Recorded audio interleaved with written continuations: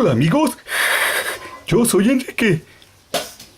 ¿Qué tal? Buenas noches, mi nombre es Enrique y pues me ha llamado la atención dentro de las cosas que he estado aquí hurgando ahorita en la casa. Me encontré un cuento llamado La Bella y la Bestia.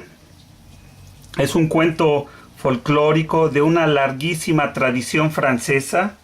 Aparentemente la primera versión escrita pues haya sido por el año de 1550 después de Cristo por el francés Gianfrancesco Straparola. Pero se tiene otra versión más larga y escrita por la francesa Gabrielle Suzanne Barlot de Villeneuve, escrita para 1740. 16 años después, Jean-Marie Le Prince de Beaumont escribe esta obra, o la reescribe, y un año después ya sale escrita pero traducida al inglés. Y esta versión de esta última va a ser la más popular. ¿Cuál sería la diferencia entre estas dos obras?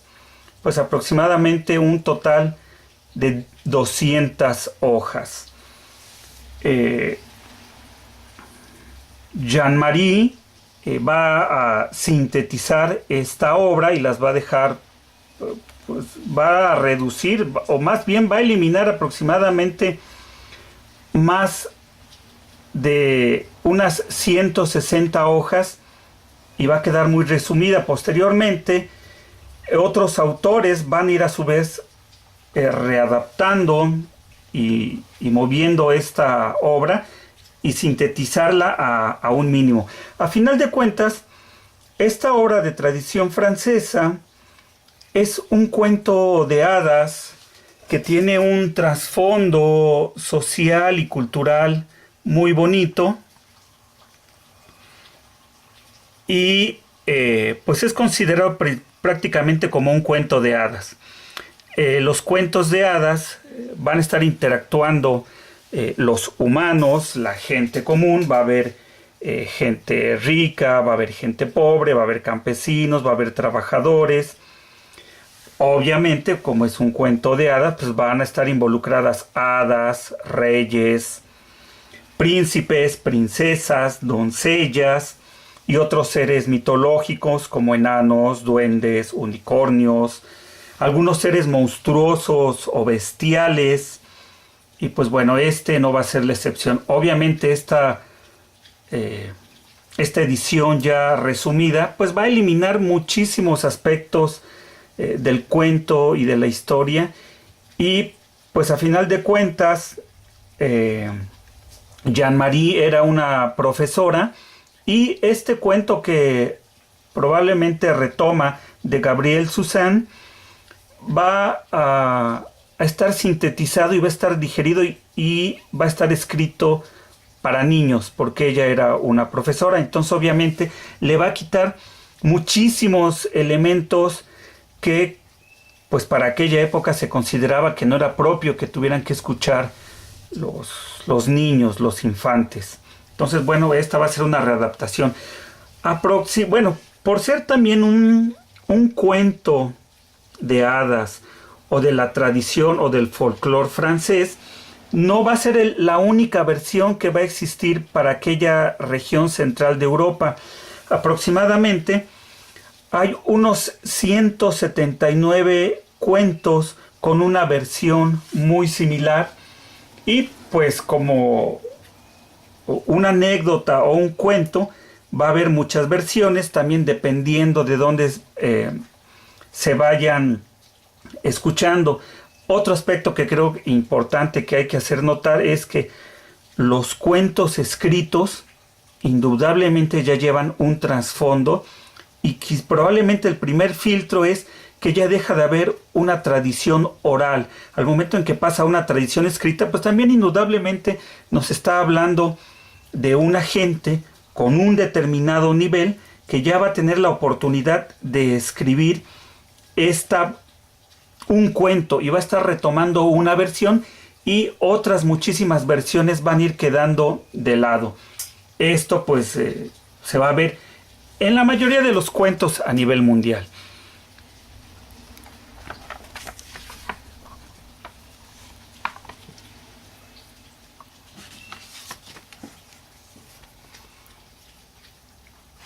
Bueno, vamos a empezar nuestra lectura con... Perdón. Bueno, vamos a empezar a leer esta versión que me encontré en casa, que es de 1982, ya es más reciente, es una publicación mexicana y pues se trata de La Bella y la Bestia.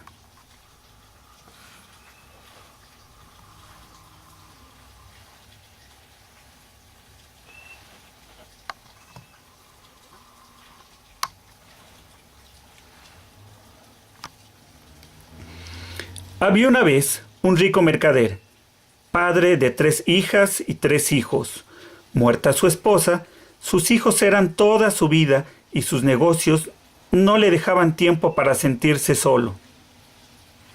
Un día, una gran tempestad destruyó todos los barcos del mercader, con sus valiosos cargamentos.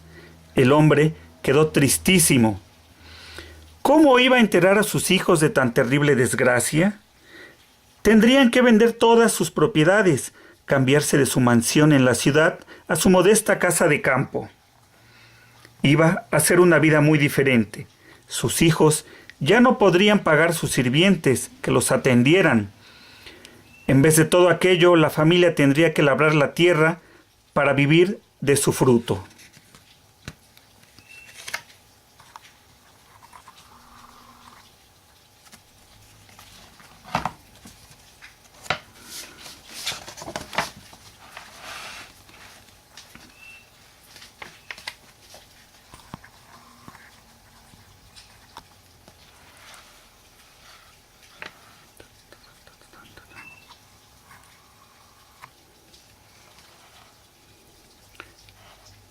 Aquella noche, el mercader informó a sus hijos: todos nuestros barcos se hundieron bajo la tempestad. De ahora en adelante nos veremos obligados a trabajar muy duro y a vivir con la mayoría... Oh, no.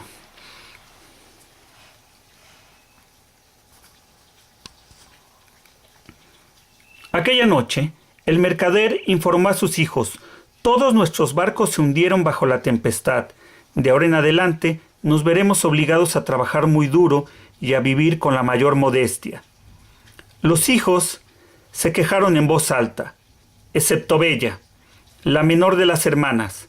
Era la más parecida a su madre y había heredado su amor al campo. En un intento de animar al mercader le dijo: «Padre mío, no te preocupes».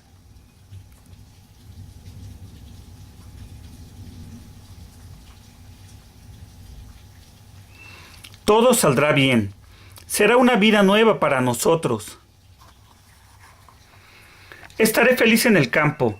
Es como si las vacaciones duraran todo un año. Sus hermanas la miraron muy ofendidas e indignadas. «¡Qué estúpida eres!», le dijeron. «¿Dónde vamos a hallar maridos? ¿Supones que fuimos educadas para casarnos con campesinos?». Las hermanas de Bella eran muy hermosas y altivas. Se consideraban superiores a todos los nobles ricos que habían pedido su mano. En aquel momento, sus perspectivas eran de verdad poco alentadoras.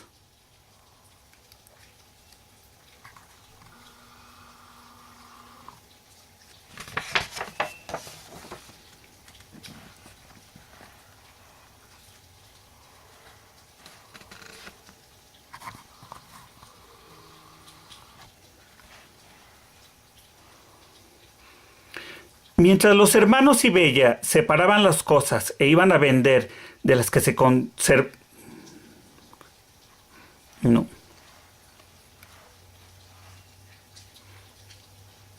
Mientras los hermanos y Bella separaban las cosas que iban a vender de las que conservarían, las 2 hermanas se quejaron con su inconsolable padre. Él no cambió de parecer. Se establecieron en el campo. Las hermanas estaban todo el tiempo de pésimo humor y ayudaban lo menos posible en las nuevas obligaciones. Decía una de ellas: «No puedo lavar platos, es tarea de criadas. ¿Cómo voy a encontrar esposo si tengo ásperas y enrojecidas las manos? Tampoco labraré la tierra. Es labor de hombres. ¿Qué pensarían mis amigos si pasaran y me vieran trabajando?». De modo que el peso de la nueva situación cayó sobre Bella y sus 3 hermanos. Ellos comentaban: «Bueno, las muchachas no son fuertes. Bella es distinta. Después de todo, le gusta el campo y es bondadosa con los animales».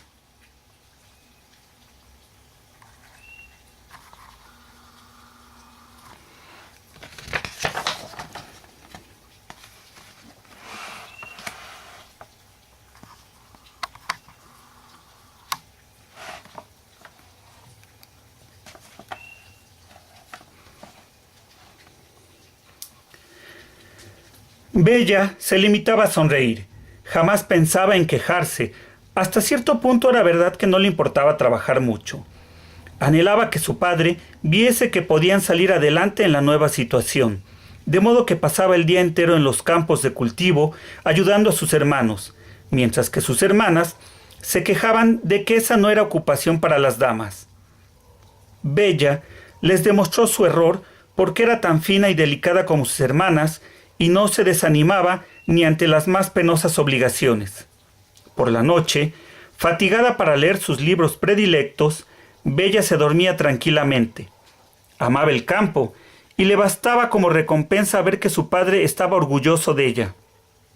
Un día, un amigo llegó de la ciudad con la noticia de que algunos barcos del mercader habían llegado en malas condiciones a un puerto cercano. Todos se llenaron de esperanza. Las hermanas se convencieron de que pronto volverían a ser ricas. Su padre preparó el viaje y ellas le hicieron una lista de encargos. «Cómpranos vestidos de seda, zapatos finos y una buena carroza, de modo que todo el mundo se maraville cuando volvamos a la ciudad». «Muy bien», dijo el mercader esperanzado. «Tendrán ustedes los mejores vestidos que el dinero pueda comprar.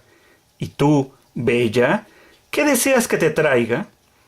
Mientras sus hermanas proyectaban el regreso triunfal, Bella, en silencio, juntó la ropa de viaje de su padre y la empacó en un cofre. «De verdad no me hace falta nada», dijo, muy triste ante la separación. «Tiene que haber algo que te gustaría de regalo. Dime qué es». «¿Qué puede hacerle falta a Bella?», intervinieron las hermanas. «Es tan feliz en el campo», y ambas rieron.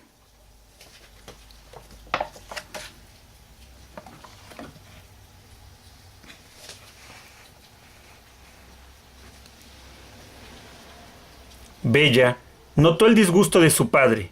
Para impedir una discusión, añadió: «Bueno, si hay algo que me gustaría tener, tráeme por favor una rosa. Aquí nunca se dan las rosas». «¡Qué regalo tan estúpido!», dijeron las hermanas. «Te traeré la mejor de las rosas, querida», dijo el padre, y las besó y se despidió de sus hijos. Luego se alejó cabalgando con su amigo. Cuando llegaron al puerto, tuvieron la pena de ver los restos del valioso cargamento. Estaba irreparablemente dañado. Las pocas cosas salvadas del desastre las confiscaron los recolectores de impuestos. Así, pues, no había nada de qué alegrarse. El viaje fue un fracaso. El mercader se despidió de su amigo y emprendió la vuelta.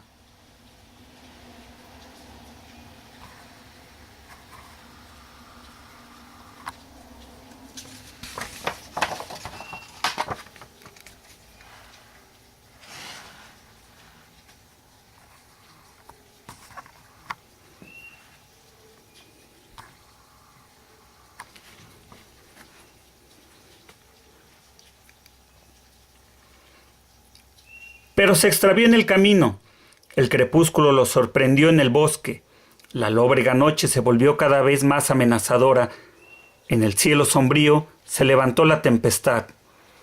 Las nubes adquirieron formas monstruosas.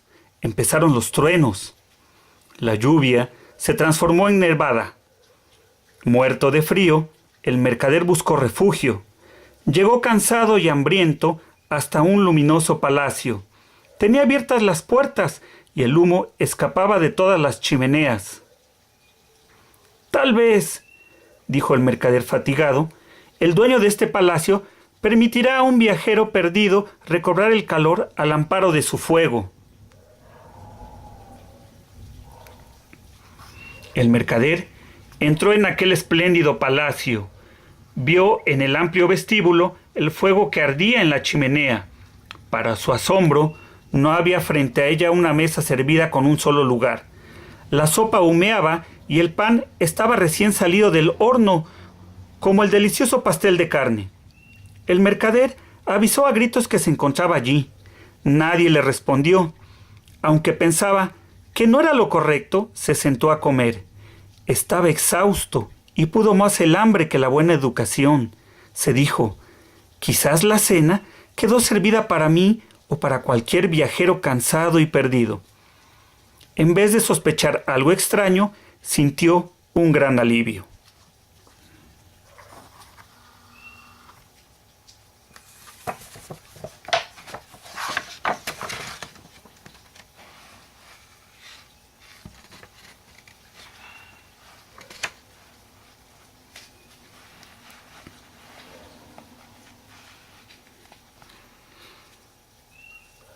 Al terminar, salió en busca de su caballo. Lo encontró en la cuadra cercana, paciendo tranquilamente un montón de heno. Eso tampoco despertó suspicacias en él. Volvió al palacio cálido y se terminó el excelente vino con que había acompañado su cena. La fatiga resultaba excesiva. Pensó que le era imposible continuar el viaje. A nadie le hago daño si me quedo otro rato, se dijo entre bostezos.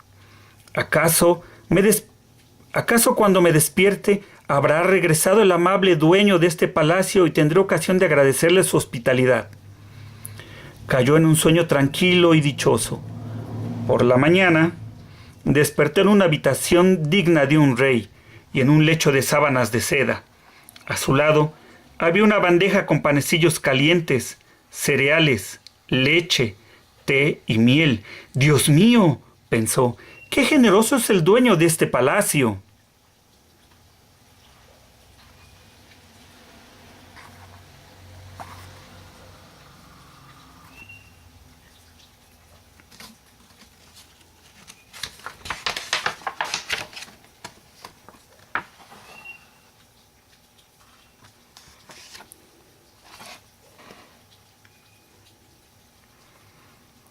Cuando acabó de desayunar, se vistió rápidamente. Buscó por todas partes al dueño, o cuando menos a algunos de sus sirvientes. No encontró a nadie. El mercader estaba intrigadísimo. Desde luego, para atender un palacio de tales dimensiones, tenía que haber sirvientes. Cada vez más inquieto, el mercader pasó por el jardín y se detuvo ante unas rosas increíblemente bellas. Recordó la petición de su hija y, sin pensarlo, cortó una flor de aquel rosal. De pronto, el jardín entero se estremeció con un rugido. Aterrado, el mercader cayó de rodillas y se cubrió la cara con las manos. Cuando el rugido terminó, el mercader levantó la mirada y vio ante él la más horrible de las bestias. «¿Cómo te atreves a cortar una sola de mis rosas?», gruñó. «Señor mío, si hubiera sabido que esta rosa tenía tanto valor para usted, nunca lo hubiese cortado», respondió lastimosamente. La bestia estaba vestido como un príncipe. Su rostro, sin embargo, era el de un animal salvaje. Atemorizado el mercader, no podía verlo sin estremecerse. Al fin que la bestia se compadeciera, le contó su historia y le habló del pedido de una sola rosa que le había hecho Bella.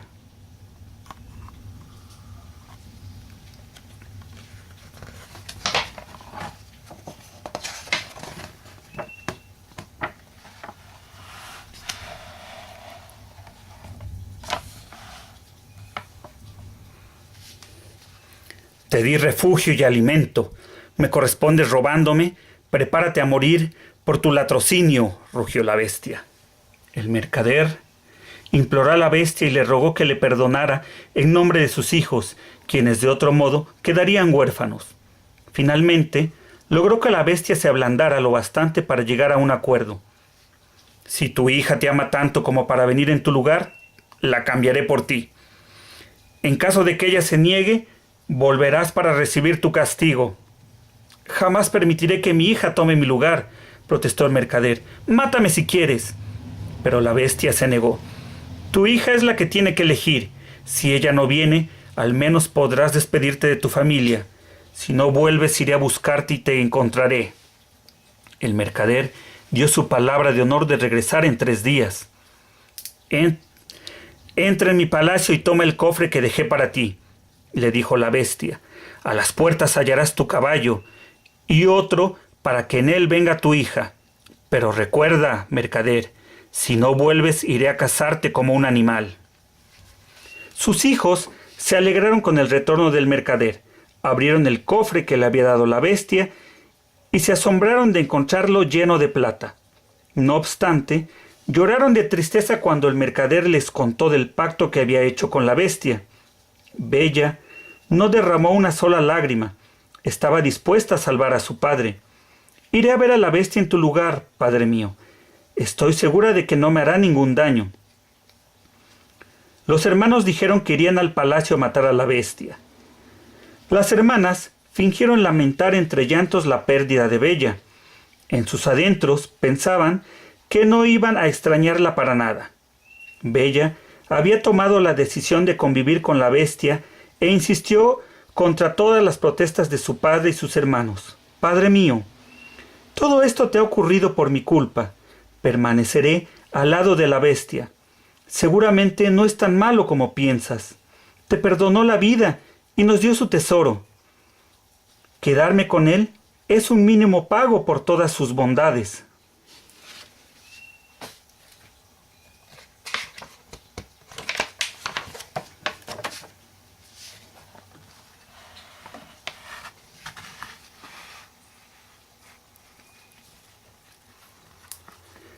Llegó el día en que el mercader estaba obligado a regresar al palacio con su hija. Hasta el último instante, sus hermanos le suplicaron que los dejara ir para intentar matarlo, pero Bella se negó. Tenía la certeza de que la bestia no iba a causar el menor daño a ninguno de ellos si obedecían sus órdenes. El caballo de la bestia condujo a Bella y a su padre hasta el palacio iluminado que resplandecía bajo la noche. Era aún más hermoso que en el recuerdo del mercader, y una cena para 2 personas estaba servida junto a la chimenea. A pesar del miedo que sentían, los viajeros cansados y hambrientos se sentaron a la mesa. Padre mío, indiscutiblemente es la mejor cena que he probado jamás. Qué amable es el señor de este palacio que piensa en todas nuestras necesidades. Su padre miró amorosamente a Bella. No dijo nada, solo imaginó el terror que sentiría su hija al conocer al dueño del palacio.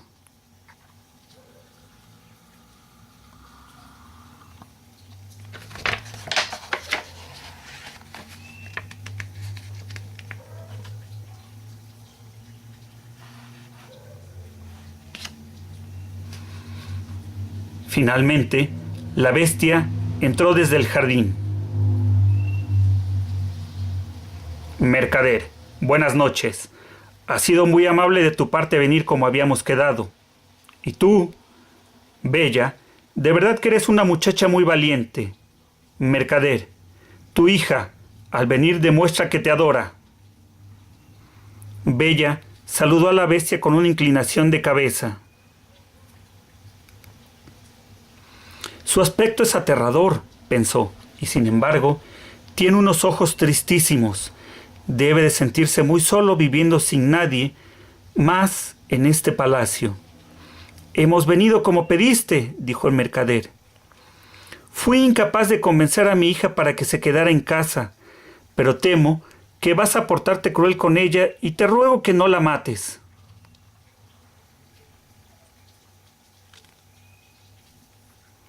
La bestia no respondió con palabras de enojo para ninguno de ellos. En vez de eso preguntó: Bella, ¿te quedarás conmigo en este palacio? Sí, mi señor, permaneceré a tu lado, contestó Bella e inclinó la cabeza. Aquí solo mandarás tú, todos. Sin excluirme, obedeceremos tu voluntad. Puedes llamarme bestia, porque lo soy. Lo único que te pido es que digamos siempre la verdad.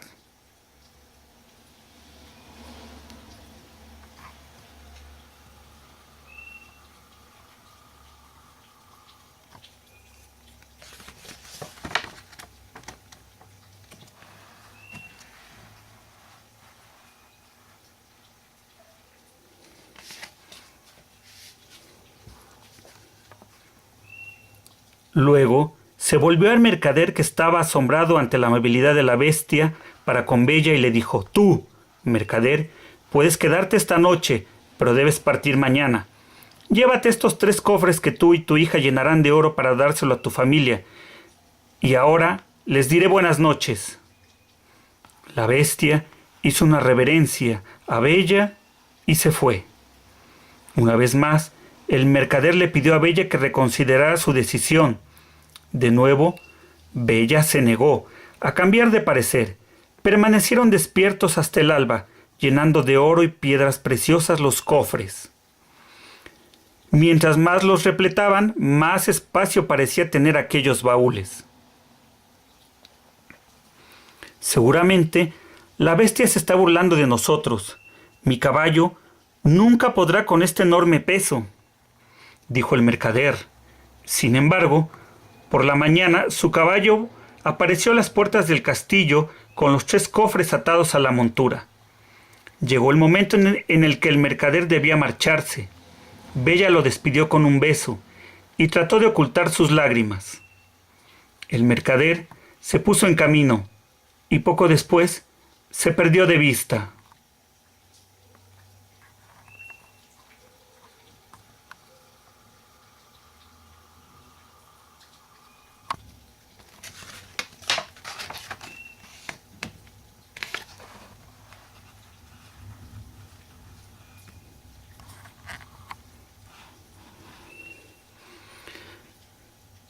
Bella se quedó sola. Lentamente regresó al palacio y subió a su habitación. Encontró llenos de hermosos vestidos los armarios y el tocador rebosante de toda clase de joyas. Mientras cambiaba sus harapos por un manto de finísima seda, pensó: ¿a la bestia le gustará ver que me pongo todo lo que me ha regalado? Luego se dispuso a explorar el palacio. Abrió la puerta de una torre, siguió por una interminable escalera de caracol y en lo más alto encontró un cuarto redondo y lleno de luz. Todas las ventanas daban al jardín, muchos pisos más abajo.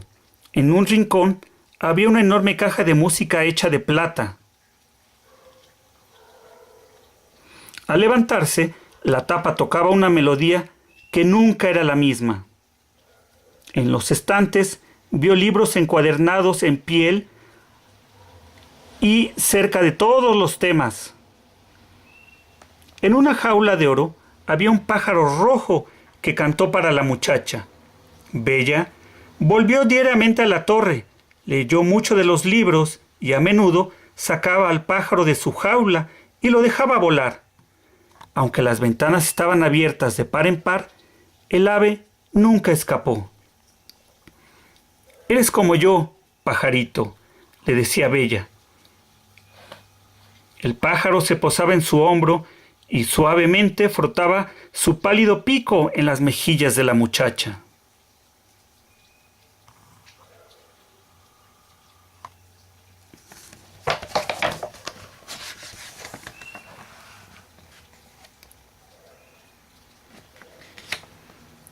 Todas las noches, Bella cenaba con la bestia al calor de la chimenea. Era el único momento en que lo veía. En una de las primeras cenas le preguntó: «Bestia, ¿dónde pasas tus días?» Bella: «No me preguntes», respondió. «Por favor». Dime qué haces, insistió. La bestia miró a Bella.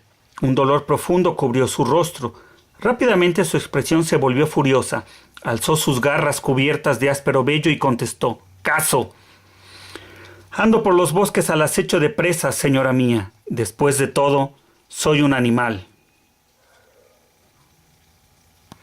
Debo matar para obtener mi alimento.